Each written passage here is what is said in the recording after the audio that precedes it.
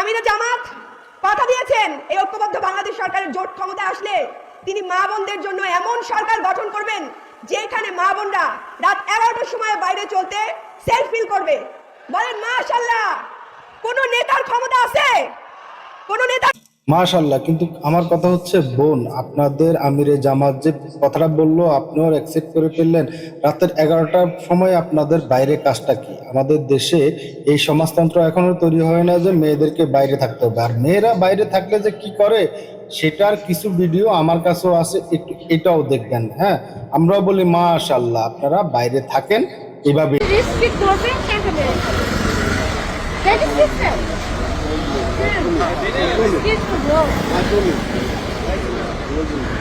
আমরা ঘরে বসে মদ খাইনি, ঘরে বসে মদ